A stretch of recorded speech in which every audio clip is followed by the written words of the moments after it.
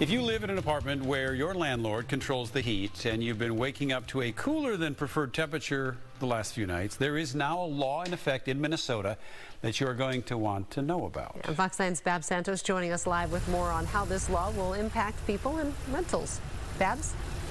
Hey, Randy, Kelsey, this law is big because it means now if a tenant's temperature at their apartment home is under 68 degrees, they now have the right to ask their landlord who controls that temperature to up the heat, and the law is on the side of the tenant.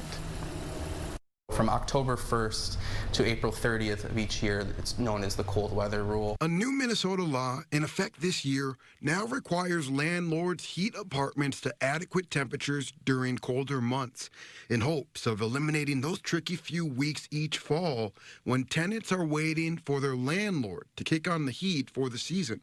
Yeah, it does incredible good. I mean, if you've lived in Minnesota for one winter, you know how wretched it can get here at times. With few exceptions, the law says landlords need to keep the heat at a minimum of 68 degrees Fahrenheit from October 1st through April 30th in units where the renter does not control their own heat. So we have attorneys on call each day to handle emergencies where someone's heat, for example, is turned off, and we do get calls like that, especially during these colder months in Minnesota. Minnesota Legal Aid provides free legal services to Minnesotans in need, and as supervising attorney Evan Gellis explained Wednesday, Minnesota also has protections in place for renters who get behind on their heat bill and face a shutoff. We get calls about this frequently.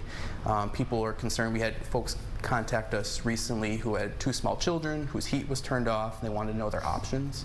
In cases like that, we tell people in the community that they are entitled to come up with a payment plan with their utility provider.